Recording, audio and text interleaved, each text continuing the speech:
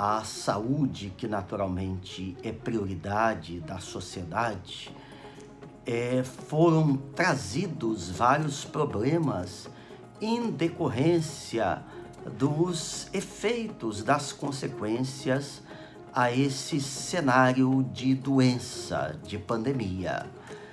Vidas dizimadas, bem como empresas, empregos, finanças, e tudo isso sem quase se ter o controle, o que fazer.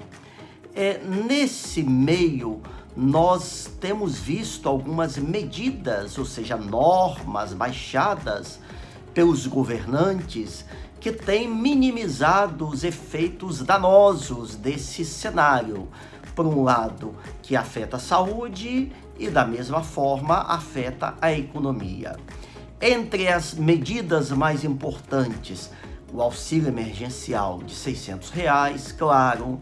Outra norma possibilitou o saque emergencial do fundo de garantia. Quem tem dinheiro no fundo de garantia pode fazer um saque emergencial limitado, contudo, a um salário mínimo R$ 1.045. Prazos de pagamentos de tributos, do Simples, contribuições previdenciárias.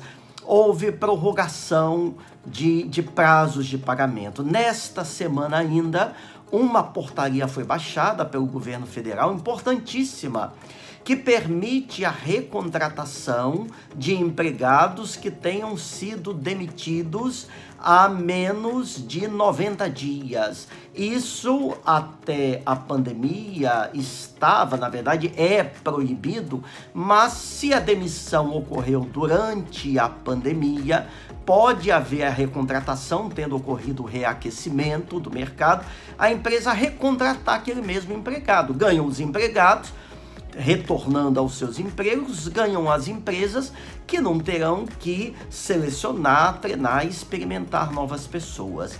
É bem verdade, porém, que algumas medidas não foram aprovadas, deixaram a desejar.